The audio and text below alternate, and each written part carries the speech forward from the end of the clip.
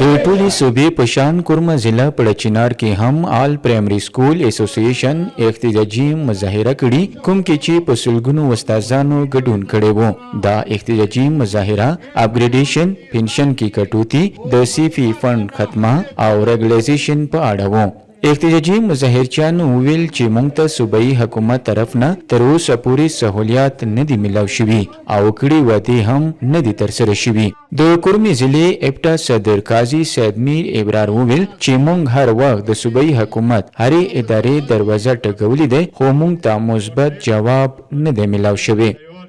سر جی صوبائی قیادت ہو مطلب منسا تیل مٹول نہ کار خلی ہو مطلب یہ چی مو مسرا پیسې نشته دی مور صوبا دی ولیا دی دوی ایشانو ته دوی ایشې دی هغه ته پیسې شته دي او صرف د استادان معماران قوم دغه مجبور کړي دي څنګه روډو ته راوځي او موسه مطلب دوی د اپګریډیشن کې ساده چې موسه پیسې نشته دي موسه دا نشته دي پنشنی اصلاحات دي او دا پلیسه مو مسترد کوو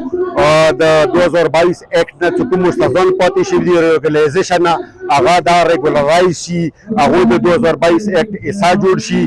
او دین علاوه هغه سی پی پن کوم دوی نظام رایج کړي پلیسه دا پالیسي مو مسترد کوو او بل مطالبه دا چې پی ټی سی پن مطلب سکولو کې الریډي شارټیج دی استادان هایر کړي وو او مو حکومت مطالبه کوو چې هغه کوم باندې تنخوانی دي هغه داري شي او دوه خدمات دوباره مطلب هغه ته د ایکسټنشن ملو شي او هغه خدمات دوباره سکولو ته ویر کړل شي د کورمي ضلع اپټا ویل چې ترڅو پر استادانو ته یاد شوي حقوقونه نوي ملاو شوي تر هغه پورې به احتجاج لړۍ جاری وي او استادانو ته د انصاف ورکړي شي